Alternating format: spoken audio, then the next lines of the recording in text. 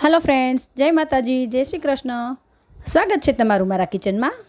तो फ्रेंड्स, आज આપણે બનાવીશું એકદમ હેલ્ધી અને ટેસ્ટી વધેલા ભાતમાંથી બનતો નવો નાસ્તો, જે તમે એકવાર બનાવીને ખાઈ લેશો ફ્રેન્ડ્સ તો તમે મંચુરિયન અને પિઝા ખાવાનું પણ ભૂલી જશો। અને આ નાસ્તો 1 થી 1.5 ચમચી તેલમાં જ બનીને રેડી થઈ જાય છે। તો રેસીપીને સ્કીપ કર્યા વગર જરૂરથી જોજો।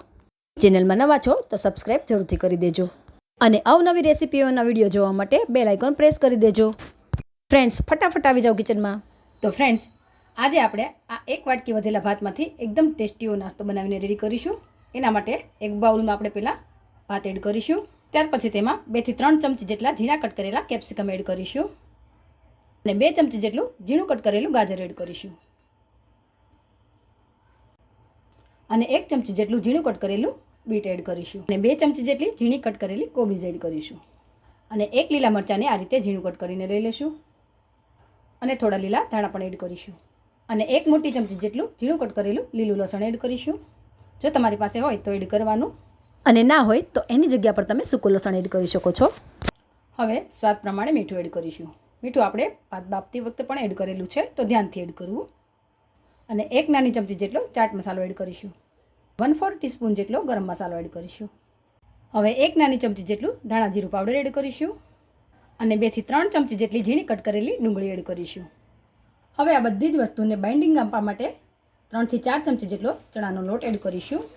ફ્રેન્ડ્સ, અહીંયા તમે તમારી પાસે જે વેજીટેબલ હોય તે તમે એડ કરી શકો છો। હવે આ બધી જ વસ્તુને એકદમ સારી રીતે મિક્સ કરી લેશું।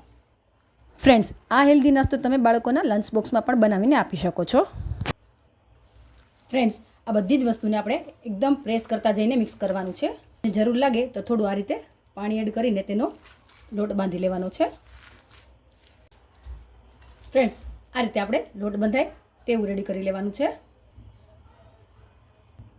ફ્રેન્ડ્સ, હવે આ રીતે થોડો તેલવાળો હાથ કરીને એકદમ મીડિયમ સાઇઝના બોલ્સ બનાવીને રેડી કરી લેશું। આ રીતે બધા જ બોલ્સને બનાવીને આપણે રેડી કરી લેશું। તમે આ નાસ્તાને કોઈ પણ શેપ આપી શકો છો। આ નાસ્તો બનાવવામાં બિલકુલ સમય નથી લાગતો, એકદમ ઓછા સમયમાં બનીને રેડી થઈ જાય છે અને એ પણ એકદમ હેલ્ધી અને ટેસ્ટી। તો મારી આ ટ્રીક ફોલો કરી તમે પણ આ રેસીપી એકવાર જરૂરથી ટ્રાય કરજો। તો ફ્રેન્ડ્સ, અહીંયા અમે બધા જ બોલ્સને બનાવીને રેડી કરી લીધા છે। હવે આપણે આ બોલ્સને સ્ટીમ કરીશું અને આ બોલ્સને સ્ટીમ કરવા માટે મેં અહીંયા પહેલેથી જ પાણી ગરમ કરવા મૂકી દીધું છે। તો ફ્રેન્ડ્સ, અહીંયા મેં એક સ્ટીમરમાં પાણી ગરમ કરવા મૂકી દીધું છે। હવે આપણે તેને આ રીતે ઓઇલથી થોડું ગ્રીસ કરી લેશું જેથી આપણા બોલ્સ ચીપકે નહીં।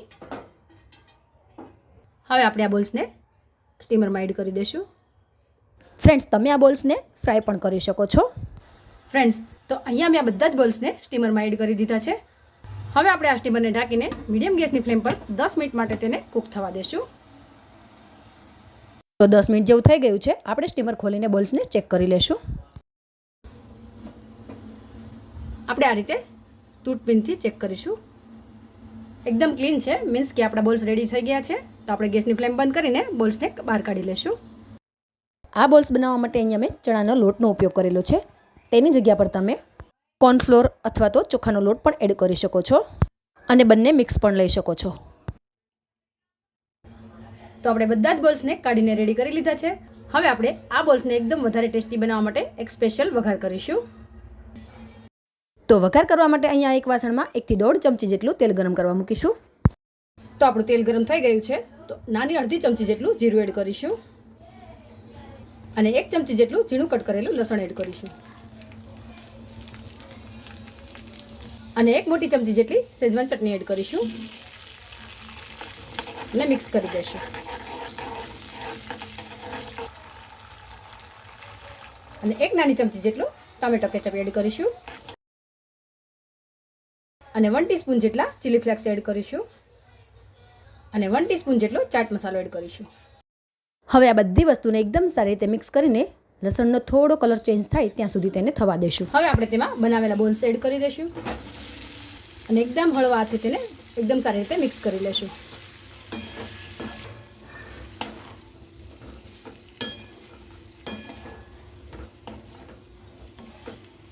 હવે આ નાસ્તાનો એકદમ સારા એવા કલર માટે થોડો કાશ્મીરી લાલ મરચું પાવડર એડ કરીશું અને ફરીથી બધી જ વસ્તુને એકદમ સારી રીતે મિક્સ કરી લેશું। તો આપણે બધી જ વસ્તુને એકદમ સારી રીતે મિક્સ કરી લીધી છે અને આપણો નાસ્તો પણ બનીને રેડી થઈ ગયો છે. તો ગેસની ફ્લેમ આપણે બંધ કરી દઈશું અને ઉપરથી થોડા લીલા ધાણા એડ કરીશું અને ગરમા ગરમ આ નાસ્તાને આપણે સર્વ કરી દઈશું. ખરેખર ફ્રેન્ડ્સ, જોતાં જ ખાવાનું મન થઈ જાય ને એટલો મસ્ત અને ટેસ્ટી બન્યો છે આ નાસ્તો. તો તમે પણ એકવાર જરૂરથી ટ્રાય કરજો, કારણ કે ભાત તો બધાના જ ઘરમાં વધતા હોય છે. તો ફ્રેન્ડ્સ, તૈયાર છે આપણો એકદમ સુપર ટેસ્ટી અને હેલ્ધી નાસ્તો. તો બાય ફ્રેન્ડ્સ, જય માતાજી, જય શ્રી કૃષ્ણ. ફરી મળીશું નવી રેસીપી સાથે. Thanks for watching.